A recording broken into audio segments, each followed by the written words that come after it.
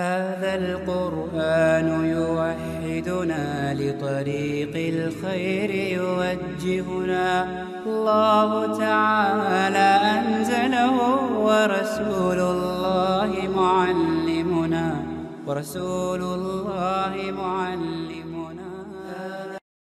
ஐந்தாவது அழகும் கவர்ச்சி மிக்க ஒரு பெண் விபச்சாரத்திற்கு அழைக்கும் போது நான் அல்லாஹ்வுக்கு அஞ்சுகின்றேன் என்று கூறி தடுத்துக் கொண்ட மனிதன்.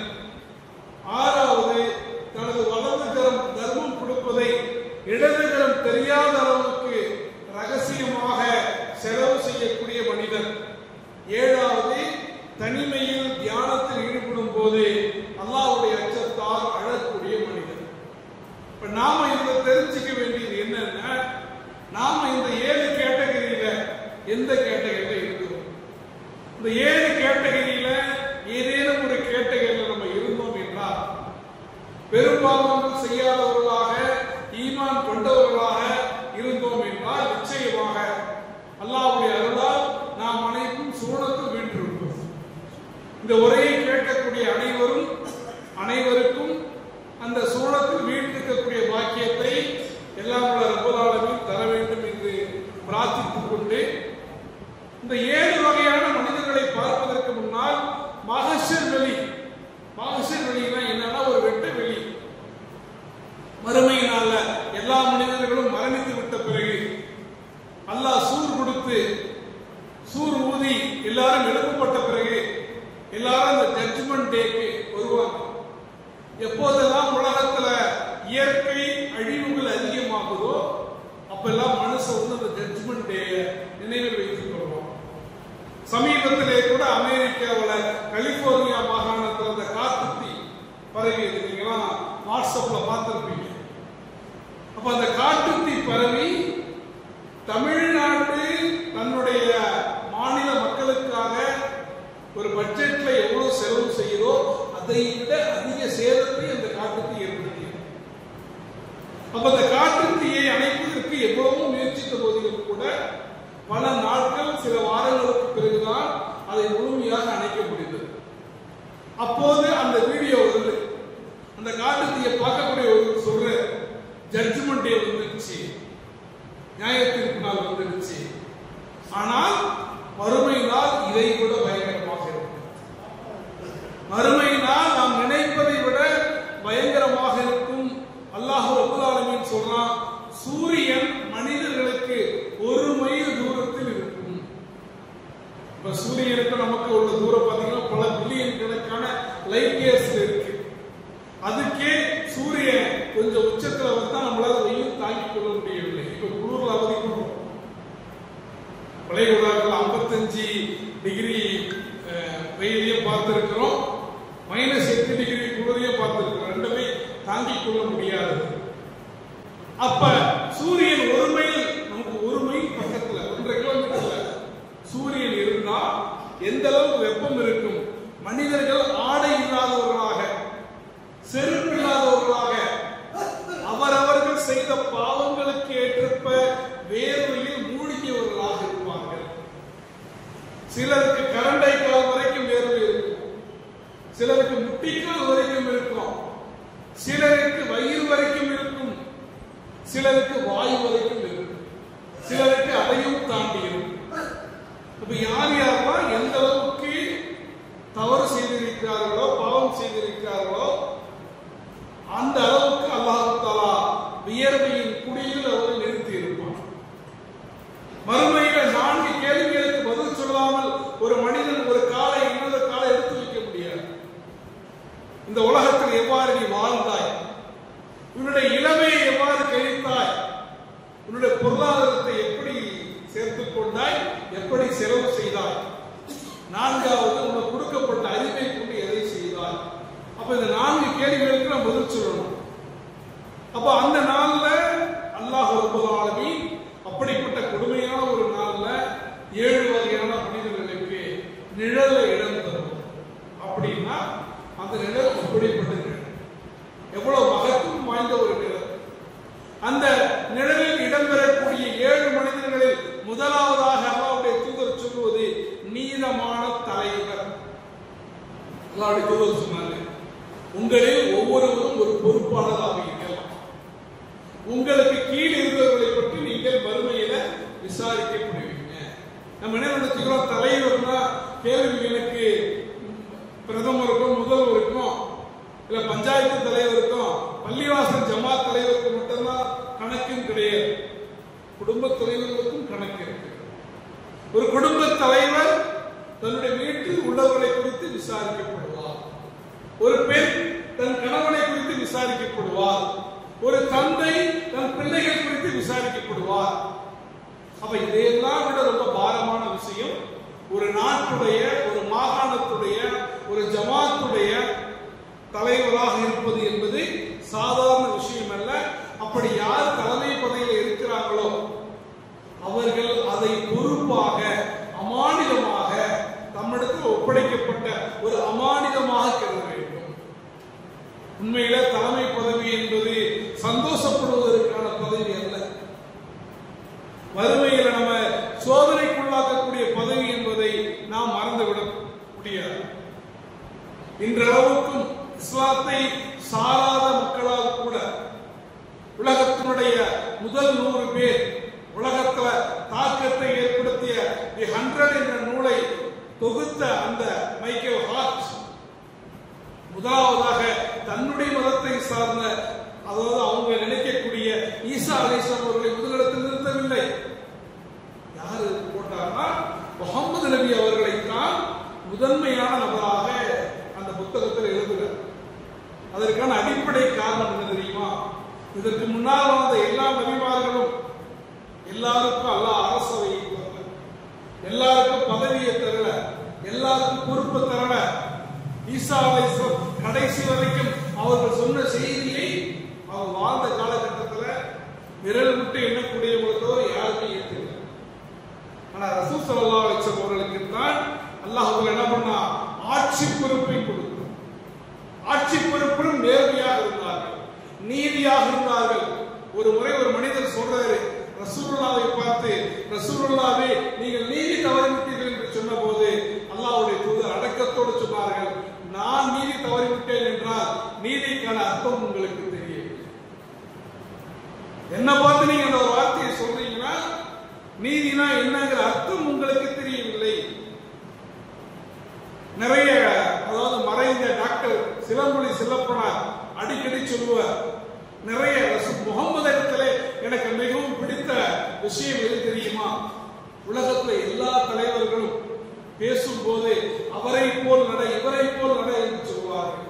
உலகத்துல ஒரு மனிதர் என்னை போல் நட என்று சொல்லக்கூடிய துணிச்சலும் நேர்மையும் ஒரு மனிதருக்கு இருக்கிறது என்று கேட்டால் அது முகம்மதுக்கு மட்டுமே இருக்கிறது என்று மாற்று சமயத்தை சார்ந்த ஆராய்ச்சியாளர்கள் கூட பாராட்டக்கூடிய அளவுக்கு அல்லாஹ்வுடைய தூதர் ஒரு நீதியான ஆட்சியை, நேர்மையான ஆட்சியை, தான் ஆட்சியாளராக இருந்தாலும் கூட என்ன பண்ணாங்க, தன்னுடைய பிள்ளைகளுக்கோ தன்னுடைய பேர பிள்ளைகளுக்கோ எந்த சலுகையும் கொடுக்காமல் அவர்களை நீதியாக நடத்தினார். ஒரு முறை ஒரு பெண்மணி, உயர் குலத்தை சார்ந்த ஒரு பெண்மணி திருடிவிட்டால் கொஞ்சம் அவளுக்கு விட்டுக் கொடுங்க என்று சொன்னபோது அல்லாஹ்வுடைய தூதர் சொன்னார்கள், திருடியது என் மகள் பாத்திமாவாக இருந்தாலும் அவருடைய கையை நான் வெட்டி இருப்பேன். அங்க தவறு திருடியது, உயர் குலத்து பெண்ணுங்கிறீங்க, என் பிரியத்திற்கு என்னுடைய ஈரக்குறை என் மகள் பாத்திமாவாக இருந்தாலும் அங்க பாத்திமான்றதுக்காக விட்டிருக்க மாட்டேன், அவளுக்கும் தண்டனை கொடுத்திருப்பேன் என்பதாக அல்லாஹ்வுடைய தூதர் சொன்னார்கள். அதனால்தான் அல்லாஹ் குர்ஆன்ல சொல்றான், மனிதர்களே நீங்கள் நீதியில் நிலைத்திருங்கள். நீங்க நீதி சொல்லும் போது இந்த தீர்ப்பு சொல்றதுனால என் குடும்பத்துக்கு பாதகம் வரும், என் உறவுகளுக்கு பாதகம் வரும், எனக்கு கஷ்டம் வரும் என்றெல்லாம் நீங்கள் எண்ணக்கூடாது. நீங்கள் சொல்லக்கூடிய தீர்ப்பு மூலமாக உங்களுக்கே துன்பம் ஏற்பட்டாலும் சரி, நீங்கள் நீதத்தோட தீர்ப்பு வழங்க வேண்டும். இது சொல்றது ரொம்ப ஈஸி, நடைமுறையில அதை செய்யறது ரொம்ப கஷ்டம். திருவள்ளுவர் சொன்ன மாதிரி சொல்லுதல் யாவருக்கும் எளியவும், சொல்றது எல்லாருக்கும் ஈஸி, அதன்படி நடந்து காட்டுவதுதான் ரொம்ப கஷ்டம். அதை அல்லாஹ்வுடைய தூதர் அவர்கள் செய்வார்கள். அல்லாஹ் தஆலா குர்ஆன்ல சொல்றான், ஒரு கூட்டத்தாரின் மீது நீங்கள் கொண்டுள்ள வெறுப்பு உங்களை நீதியிலிருந்து பிறழச் செய்து விட வேண்டாம்.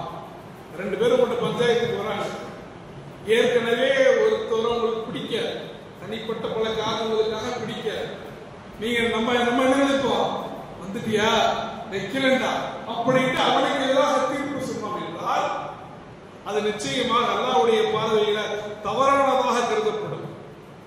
அதனால்தான் அல்லாஹ்வுடைய தூதர் சொன்னாங்க, புகாரியிலும் முஸ்லிமிலும் பதிவு செய்யப்பட்ட ஹதீஸ்ல சொன்னாங்க, எந்த மனிதருக்கேனும் சிலரை நிர்வாகிக்கக்கூடிய பொறுப்பை நாம் கொடுத்து, அதாவது அல்லாஹ் தஆலா எல்லாருக்கும் அந்த பொறுப்பை கொடுக்கிறது இல்லை, அல்லாஹ்வுடைய தூதரும் எல்லாருக்கும் அந்த பொறுப்பை கொடுக்கல.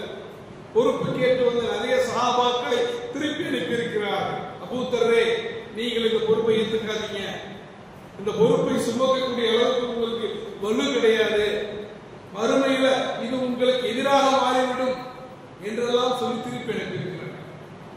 அந்த இறை தூதர் சொல்றாங்க, எந்த மனிதருக்கேனும் அல்லாஹ் தஆலா பிறரை நிர்வகிக்கக்கூடிய பொறுப்பை கொடுத்து அவன் அவர்களுக்கு நீதி வழங்காமல் மோசடி செய்தால் சுவனத்தை அல்லாஹ் அவனுக்கு ஹராமாக்கி விடுவான். எவ்வளவு பெரிய எச்சரிக்கை! யாராவது யாருக்காவது தலைமை பொறுப்பை கொடுத்து பிறரை நிர்வாகம் செய்யக்கூடிய பொறுப்பை கொடுத்து தன்னுடைய சுயநலனுக்காக அவன் அவர்களுக்கு மோசடி செய்தால், தீர்ப்பை அநீதி செய்தால், அநியாயம் செய்தால் சொர்க்கத்தை அவனுக்கு ஹராமாக்கி விடுவான் அல்லாஹ் சொல்றாங்க. அப்ப எவ்வளவு பெரிய எச்சரிக்கை! அப்ப நம்ம எப்பா பொறுப்பே வேணாப்பா, நம்ம கூட தனியா இருந்தாலும் என்ன பண்ணலாம், சொர்க்கத்துக்கு போயிடலாம் நம்ம நினைப்போம்.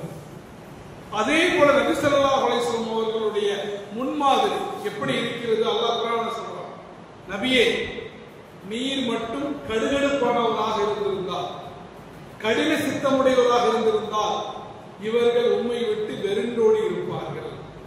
ஆனால் அல்லாஹ்வுடைய காரணத்தினால் நீங்கள் மென்மையாக நடந்து கொள்கிறீர்கள். ஏன்னா நம்மள்ட்ட ஒரு தவறான கருத்து இருக்கு, தலைவர் அப்படின்னா ரொம்ப கடுகடுன்னு இருக்கணும், ரொம்ப ஸ்ட்ரிக்டா இருக்கணும், ரொம்ப கடுமையாக இருக்கணும், சிரிச்சிடக்கூடாது, சிரிச்சுட்டா நமக்கு வந்து பயப்பட மாட்டாங்க அப்படிங்கிற மாதிரிலாம் சித்திரத்தை வச்சிருக்கிறோம். உலகத்தின் எந்த தலைவனை விட மிகப்பெரிய தலைவர்களுக்கெல்லாம் தலைவரான பெருமானார் ஸல்லல்லாஹு அலைஹி வஸல்லம் அவ்வாறு இருக்கவில்லை. எப்போதும் சிரித்த முகம் கொண்டவர்களாக இருந்தார்கள், புன்னகை பூப்பவர்களாக இருந்தார்கள். கஷ்டப்பட்டு துன்பப்படுவது கூட அல்லாஹ்வுடைய தூதரை பார்த்தால் உற்சாகம் அடைவார்கள். அந்த அளவுக்கு ரசூல் ஸல்லல்லாஹு அலைஹி வஸல்லம் அவர்களுடைய பர்சனாலிட்டி இருந்துச்சு. அப்ப தலைமை பொறுப்பில் இருப்பவர்கள் நிதானத்தோடு இருக்க வேண்டும், மென்மையாக பழக வேண்டும், நல்ல வார்த்தைகளை பேச வேண்டும். ரசூலுல்லாஹ் ஒரு துஆ சொல்றாங்க, அதை நான் நினைவுபடுத்துறேன். இறைவா, என்னுடைய சமுதாயத்துல ஏதேனும் ஒரு விடயத்துக்கு, ஒரு ஜமாத்துக்கோ ஒரு ப்ராஜெக்டுக்கோ இல்லை ஏதாவது ஒரு திட்டத்துக்கோ பொறுப்பேற்றுக் கொண்டு அவர்களுக்கு எவன் சிரமம் தருகிறானோ, நான் தலைவராயிட்டேன் அவங்களெல்லாம் வந்து கஷ்டப்பட்டு சிரமம் தரானோ அவனுக்கு நீயும் சிரமத்தை கொடு. இறைவா, என்னுடைய சமுதாயத்தில் ஏதேனும் ஒரு விடயத்துக்கு பொறுப்பேற்று யார் இனிமையாக நடந்து கொள்கிறாரோ, மென்மையாக நடந்து கொள்கிறார்களோ அவர்களோடு நீயும் மென்மையாக நடந்து கொள் என்பதாக அல்லாஹ்வுடைய தூதர் ஸல்லல்லாஹு அலைஹி வஸல்லம் சொல்லி கேட்டார். அவர் தலைமை பொறுப்பில் இருப்பவர்கள் தங்களுக்கு கீழ் உள்ளவர்களிடத்துல மென்மையாக இனிமையாக நடந்து கொள்ள வேண்டும். இல்லை என்றால் அதுவே அவங்களுக்கு சொர்க்கத்துக்கு போவதற்கு தடையாக மாறிவிடும். அப்ப யார் நீதியான தலைவர்களாக இருக்கிறார்களோ வறுமையில அல்லாஹ்வுடைய அர்ஷுடனில் அவர்கள் வீற்றிருப்பார்கள். இரண்டாவது, அல்லாஹ் தஆலாவை வணங்குவதில் வளர்ந்த ஒரு வாலிபர்.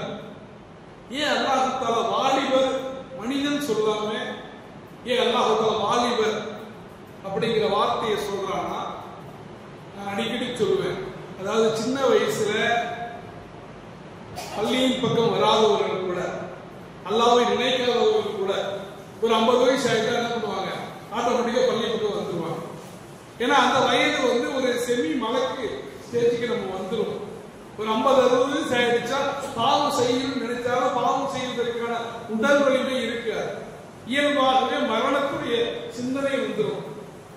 ஆனால் எல்லா ஆசாபாசங்களும் நிரம்பி இருக்கக்கூடிய இந்த இள வயது இருக்கிறது, அதுல எந்த ஒரு மனிதன் தன்னுடைய ஆசாபாசங்களை எல்லாம் ஒதுக்கி வைத்து விட்டு, தன்னுடைய இன்ன பிற காரியங்களை எல்லாம் ஒதுக்கி வைத்து விட்டு அல்லாஹ்வை நினைவு கூறுவதற்காக அல்லாஹ்வை வணங்குகிறானோ அவனுக்கு அல்லாஹ் சிறப்பான இடத்தை தருகிறான். அதனால்தான் அல்லாஹ்வுடைய தூதர் சொன்னார்கள், 5 விஷயங்களுக்கு முன்னால் நீங்கள் 5 விஷயங்களை பயன்படுத்திக் கொள்ளுங்கள். உங்களுக்கு வயோதிகம் வருவதற்கு முன்னால் உங்களுடைய வாலிபத்தை பயன்படுத்திக் கொள்ளுங்கள். வயசாயிடுச்சு அப்படின்னா சில அமல்களை உங்களால் செய்ய முடியாது, சில காரியங்களை உங்களால் செய்ய முடியாது. மனம் ஒத்துழைத்தாலும் உங்கள் உடல் ஒத்துழைக்காது. அப்ப வாலிப பருவத்துல இறைவனுக்கு விருப்பமான காரியங்களை செய்யுங்கள். உங்களுக்கு வேலை பளு வருவதற்கு முன்னால் உங்களுடைய ஓய்வை நல்ல முறையில் பயன்படுத்திக் கொள்ளுங்கள். உங்களுடைய மரணத்திற்கு முன்னால் உங்களுடைய வாழ்க்கையை பயன்படுத்திக் கொள்ளுங்கள். உங்களுக்கு நோய் வருவதற்கு முன்னால் நீங்கள் உங்களுடைய ஆரோக்கியத்தை அல்லாஹ்வுக்காக பயன்படுத்திக் கொள்ளுங்கள். உங்களுக்கு வறுமை வருவதற்கு முன்னால் உங்களுடைய செல்வத்தை ஆரோக்கியத்திற்காக பயன்படுத்திக் கொள்ளுங்கள்.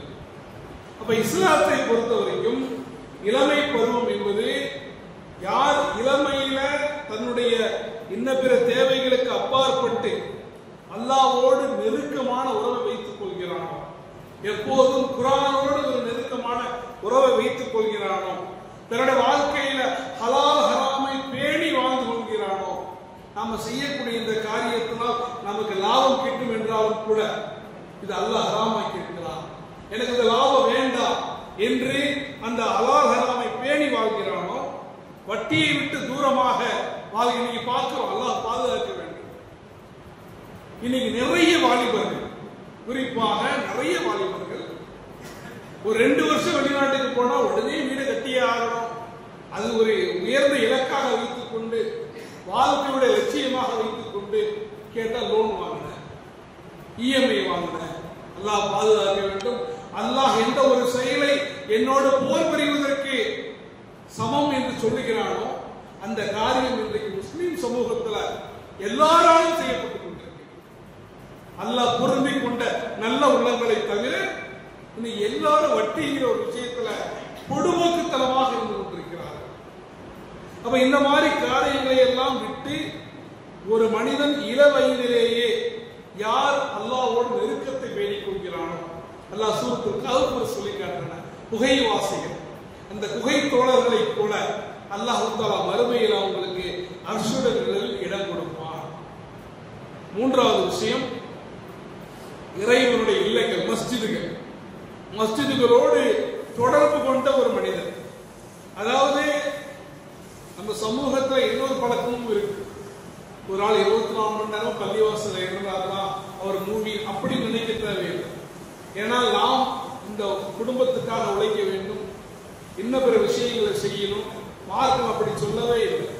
ஆனால் அதே சமயத்தில் எப்போதெல்லாம் ஒரு மனிதன் எப்ப தொழுகைக்கான அழைப்பு வரும், எப்ப நாம பள்ளிக்கு போலாம் அப்படிங்கிற தேட்டத்தோடு இருக்கக்கூடிய மனிதர்கள் இருக்கிறார்கள் அல்லவா, அவர்கள் தான் மஸ்ஜிதோடு இதயபூர்வமான தொடர்பை வைத்துக் கொண்டிருக்கக்கூடியவர்கள். அவர்கள் மறுமையில் என்ன இருப்பாங்க, அர்ஷுடைய நிலையில இருப்பாங்க. ஏன்னா தொழுகை என்பது அல்லாஹ்வுடைய தூதர் சொன்னார்கள், தொழுகை என்பது ஒரு மூமினுக்கான மிஹராஜ் என்று சொன்னார். மிஹராஜ்னா என்ன, அல்லாஹ்வுடனான உரையாடல். தொழுகையில் நாம் அல்லாஹ்வோடு உரையாடுகிறோம். தொழுகை குறைந்தபட்சம் நீங்கள் அல்லாஹ்வை பார்க்காவிட்டாலும் அல்லாஹ் உங்களை பார்க்கிறான் என்ற எண்ணத்தோடு தொழுங்கள் என்பதாக அல்லாஹ்வுடைய தூதர் ஸல்லல்லாஹு அலைஹி வஸல்லம் சொல்லி காட்டுறாங்க. அப்ப அந்த அடிப்படையில எப்போதெல்லாம் ஒரு மனிதன் தொழுகைக்கு போகிறானோ, பள்ளிவாசலுக்கு போகிறானோ, தன்னுடைய பாரத்தை தன்னுடைய ரப்பினிடத்திலே இறக்கி வைக்க வேண்டும், தன்னுடைய மனக்குமரல்களை தன்னுடைய இரட்சகனிடத்திலே ஒப்புவிக்க வேண்டும் என்ற எண்ணத்தோடு தொழுகையை தொழுது விட்டு உடனே பள்ளியை விட்டு விரைந்து வெளியேறாமல் இறைவன் கடமையாக இருக்கக்கூடிய இறைத்தூது சொல்லியிருக்கக்கூடிய சுன்னத்தான துஆக்களை ஓதி அடுத்த தொழுகைக்கான நேரம் எப்போது வரும் என்று ஏக்கத்தோடு காத்திருக்கக்கூடியவர்களைத்தான் இந்த இந்த விதி குறிப்பிட்டு காட்டுகின்றது. ஆனால் இன்றைக்கு பலருடைய நிலைமை எப்படி இருக்கிறதுனா, பள்ளிக்கு வந்துட்டாங்க 12:40 தொழுகன்னு வந்துட்டாங்கன்னு வச்சுக்கலாம். திடீர்னு பள்ளியில் 12:45 போட்டுருக்கோம். சரி 5 நிமிஷம் சீக்கிரம் வந்துடுறேன், கொஞ்சம் லேட்டா வந்திருக்கலாங்க. அந்த 5 நிமிஷத்தினால ஒரு வாழ்க்கையே போனதை போன்ற ஒரு ஃபீலிங் உங்களுக்கு இருக்கு. பள்ளிக்கு விரைந்து வந்து விட்டால் ஏதோ வரக்கூடாத ஒரு இடத்துக்கு வந்ததை போன்ற ஒரு உணர்வு இருக்கும். இவர்களெல்லாம் இந்த பட்டியல் வரவே மாட்டாங்க. முடிந்தவரை பள்ளியோடு தொடர்பு கொள்வது என்பது வெறுமனே தொழுகையோடு முடித்துக் கொள்ளாமல் குத்துபாக்களை கேட்பது, பள்ளியில் ஒரு நடத்தப்படக்கூடிய உரைகளை கேட்பது, பள்ளியை ஒரு நிர்மாணிப்பதற்கு என்னென்னலாம் நம்மால் உதவி செய்ய முடியுமோ அப்படியெல்லாம் நினைக்க வேண்டுமே தவிர இமாம் இன்டர் குருகுலாசூரோட முடிச்சிருவாரா, சீக்கிரம் முடிச்சிருவாரா அப்படிங்கிற ஏக்கத்தோடவே நம்ம இருக்கக்கூடாது. அவ்வாறு யார் பள்ளியோடு இணைந்து கொள்கிறார்களோ, யார் காலையிலோ அல்லது மாலையிலோ பள்ளிக்கு செல்கிறார்களோ, அவர்கள் செல்லும் போதெல்லாம் சொர்க்கத்தில் அவருக்காக ஒரு இடம் தயார் செய்யப்படுகிறது என்பதாக நபி ஸல்லல்லாஹு அலைஹி வஸல்லம் அவர்கள் சொல்லி காட்டியிருக்கிறார்கள். புகாரில பதிவு செய்யப்பட்ட ஹதீஸ்ல. 4வது நபர், அந்த 2 நபர்கள் அவர்கள் நட்பு கொள்வதும் பிரிவதும் அல்லாஹ்வுக்காகவே இருக்கும். இஸ்லாமிய மார்க்கத்துல நட்புக்கு ஒரு முக்கியமான இடம் இருக்கு. ஏன்னா ஒரு பாப்பாவை நான் சூஸ் பண்ண முடியாது, என்னுடைய அம்மாவை, மாமாவை, மாமிய இதெல்லாம் அல்லாஹ் சூஸ் பண்றது. டிஃபால்ட்டா எல்லாம் சூஸ் பண்ணிடுவோம், நாம மாற்ற முடியாது. உலகத்துல நாம தேர்ந்தெடுக்கிறது 2 தான். ஒண்ணு மனைவி அல்லது கணவன், 2வது நட்பு. அப்ப அந்த நட்பு எந்த அளவுக்கு அல்லாஹ்வுக்காக இருக்கிறது. இன்னைக்கு பார்க்கிற நிறைய பேர் நட்பு எப்படி இருக்கு, இவர் பெரிய ஆளா இருக்கிறாரு, இவர் கூட பேசினா நமக்கு ஒரு கிரெடிட் கிடைக்கும், இவருக்கு கூட போட்டோ போட்டா நமக்கு ஒரு பெருமை கிடைக்கும், இவரு கூட இருந்தா நமக்கு சில உலக ஆதாயங்கள் கிடைக்கும், அப்படிங்கிற அடிப்படையில் கொள்ளக்கூடிய நட்பை இஸ்லாம் நட்பு என்று சொல்லவில்லை. மாறாக யார் அல்லாஹ்வுக்காகவே கொடுத்துக் கொள்கிறார்களோ, யார் அல்லாஹ்வுக்காகவே தடுத்துக் கொள்கிறார்களோ, யார் அல்லாஹ்வுக்காக ஒருவரை விரும்புகிறாரோ, யார் அல்லாஹ்வுக்காக ஒருவரை வெறுக்கிறாரோ, அதுதான் ஈமானுடைய சுவையை சுவைப்பதற்கான வழிமுறை. எனவே ஒருவர் நட்பை தேர்ந்தெடுக்கும் போது அல்லாஹ்வுடைய தூதர் ஒரு அறிஞர் சொல்லி காட்டுறாங்க, ஒரு உண்மையான நண்பன் யார் தெரியுமா, அந்த நண்பனை பார்க்கும் போது நீங்கள் ஃபஜ்ர் தொழு போலியே அப்படிங்கிறது. ஒரு நண்பனை பார்க்கும் போது இறைவனுடைய நினைவு நமக்கு வர வேண்டும். அப்படி வந்தால் அவன் சரியான நண்பனாக இருப்பான். அப்ப அந்த மாதிரி ஒரு மூமின் இன்னொரு மூமினை அல்லாஹ்வுக்காக எப்போது நேசித்து நட்பு கொள்கிறானோ, நிச்சயமாக அல்லாஹ் நாடினால் மறுமையில அவர்களும் அர்ஜுனன் நிலையில் இருப்பார்கள். 5வது, ஒரு பெண் தகாத உறவு கலைக்கும் போதும் அல்லாஹ்வுக்காக அஞ்சு ஒதுங்கக்கூடிய மனிதர். இதுக்கு பெரிய விளக்கெல்லாம் தேவையில்லை. இன்னைக்கு பார்க்கிறோம் நிறைய, குறிப்பாக இளம் பருவத்தில் பருவ வயதில் இருக்கக்கூடிய ஆண் பெண்கள் 5 வேளை தொழுபவர்களிடத்திலே கூட அந்த பிற, அதாவது மற்ற ஜெண்டர் மேல மையம் கொள்ளக்கூடிய போக்கை நாம் பார்க்கிறோம். அப்ப நாம் விரும்பக்கூடிய ஒரு ஆணோ பெண்ணோ அவர்களை அடைவதற்கு எல்லா விதமான வழிமுறைகளையும் பயன்படுத்தக்கூடிய ஒரு மோசமான சமூக சூழல் தான் இன்னைக்கு இருக்கு. இன்னைக்கு எல்லாரும் தங்களுடைய பிள்ளைகளை பள்ளிக்கு அனுப்பிவிட்டு, கல்லூரிக்கு அனுப்பிவிட்டு சரியான நேரத்துக்கு வரலன்னா பல விபரீத எண்ணங்களோடு அவர்களை எதிர்பார்க்கக்கூடிய அளவுக்கு ஒரு மோசமான ஒரு சமூக காலகட்டத்திலே நாம் வாழ்ந்து கொண்டிருக்கிறோம். நமக்கெல்லாம் படிப்படியாகத்தான் அல்லாஹ் தஆலா யூசுப் அலைஹிஸ்ஸலாம் அவர்களுடைய வரலாற்றை குர்ஆன்ல சொல்லி காட்டுறார். அப்படியெல்லாம் இருக்கும் போது தான் விரும்பக்கூடிய பெண் தானாக வந்து அழைக்கும் போதும் அல்லாஹ்வுடைய அச்சம் ஒருவனுக்கு இல்லை என்றால் நிச்சயமாக அவனால் அந்த ஃபித்னாவிலிருந்து தன்னை காப்பாற்றிக் கொள்ள முடியாது. அல்லாஹ்வுடைய தூதர் சொன்னாங்க, எனக்கு பின் ஆண்கள் மீது ஆபத்தான குழப்பம் தரக்கூடிய ஒன்றாக பெண்களை தவிர வேறு எதையும் நான் விட்டு செல்லவில்லை என்பதாக நபி ஸல்லல்லாஹு அலைஹி வஸல்லம் அவர்கள் சொன்னார்கள். அப்ப அந்த மாதிரி ஒரு சூழ்நிலைகள் வரும்போதும் கூட அல்லாஹ்வுக்காக அதை யார் தவிர்த்துக் கொள்கிறார்களோ அவர்கள் மறுமையில அர்ஜுனன் நிலையில் இருப்பாங்க. 6வது, ரகசியமாக தர்மம் செய்தல். அதாவது தர்மம் ரெண்டுமே இஸ்லாம் அனுமதிக்கிறது. மற்றவங்களை உற்சாகப்படுத்துவதற்காக தர்மம் செய்வதையும் இஸ்லாம் அனுமதிக்கிறது. ஆனால் வழக்கரம் செய்யும் தர்மத்தை இடக்கரம் அறியாதவாறு செய்யக்கூடிய மனிதன் ஒருபடி மேலானவன். அல்லாஹ்வுடைய தூதர் சொன்னாங்க, முஸ்லிம்கள் உங்களிடத்துல ஏழைகளாக இருந்தாலும் கூட பேரித்தம்பளத்தின் பாதியை கொடுத்தாவது நரக நெருப்பிலிருந்து உங்களை பாதுகாத்துக் கொள்ளுங்கள். அப்ப ஒத்த பேரித்தம்பளம் வச்சுக்கிறவனுக்கே தர்மம் கடமை அப்படின்னா, குவியல்களை வைத்திருக்கக்கூடிய நாம தர்மத்தை எந்த அளவுக்கு செய்ய வேண்டும்? அதுல முக்கியமான விஷயம் என்னன்னா, யாருக்காக செய்யணும்? மற்றவங்க புகழ்றதுக்காக செய்யணுமா? மற்றவங்களுடைய பேரை வாங்கிறதுக்காக நம்ம செய்தோம் என்றால் நிச்சயமாக வறுமையில் அதனால் எந்த பிரயோஜனமும் இருக்கு. மாறாக அல்லாஹ்வுக்காக யார் தர்மம் செய்கிறார்களோ வறுமையில் அவர்கள் அஷ்ஷுடர்கள் இருப்பார்கள். ஏழாவது, இறுதியாக யார் தனிமையில் இருக்கிறார்களோ, இருக்கும் போது அல்லாஹ்வுடைய அச்சத்தால் யார் அழுகிறார்களோ அவர்கள் வறுமையில அஷ்ஷுடர்கள் இருப்பாங்க. இன்னைக்கு நம்ம பார்க்கிறோம், அல்லாஹ்வுடைய தூதர் சொல்றாங்க, ஆதமுடைய மக்கள் அனைவரும் தவறு செய்பவர்கள் தான். அவர்கள் சிறந்தவர்கள் யார் தெரியுமா? தான் செய்த தவறுக்காக வருந்தி பாவ மன்னிப்பு தேடுபவர்கள். அல்லாஹ்வுடைய அந்த நரக நெருப்பு இரண்டு கண்களை தீண்டாது. ஒன்று அல்லாஹ்வுடைய பாதையில அல்லாஹ்வுடைய மார்க்கத்தை பாதுகாப்பதற்காக விழித்திருந்த கண்கள், இரண்டாவது அல்லாஹ்வுக்காக தனித்து கண்ணீர் விட்ட கண்கள். அப்ப அந்த பாவ மன்னிப்பை பொறுத்தவரைக்கும் சுருக்கமாக சொல்றோம்னா, நாம தௌபா செய்தோம் என்றால் மீண்டும் அந்த பாவத்தை செய்யக்கூடாது என்ற எண்ணத்தோடு தௌபா செய்யக்கூடியவர்களாக இருக்க வேண்டும். ஒருவேளை நாம் செய்த பாவம் மனிதர்களுக்கு செய்திருந்தால், அந்த மனிதன் உயிரோடு இருந்தால் அவனிடத்துல போய் நம்ம மன்னிப்பு கேட்கணும். அவனுக்கு ஏதாவது பொருளை இழந்திருந்தால் அந்த பொருளை கொடுத்து விட்டு இனி இந்த தவறை நான் மீண்டும் செய்ய மாட்டேன் என்ற எண்ணத்தில் தன்னுடைய தவறுகளை எல்லாம் அல்லாஹ்விடத்துல, அது குறிப்பாக தஹஜ்ஜுடைய நேரத்துல உலகமெல்லாம் தூங்கிக் கொண்டிருக்கும் போது எவன் விழித்து அல்லாஹ்விடத்தில் அழுகிறானோ அல்லாஹ் தஆலா நிச்சயம் மறுமையில் அவனை அர்ஜுனன் வீட்டிற்கு செய்வான்.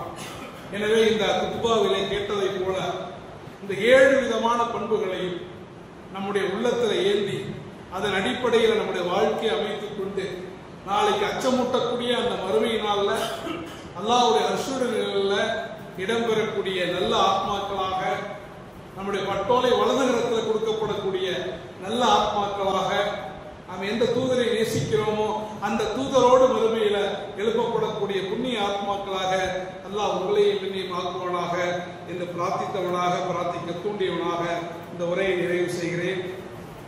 யாரெல்லாம் சுன்னத் தொழுவது சுன்னத் தொழுவது.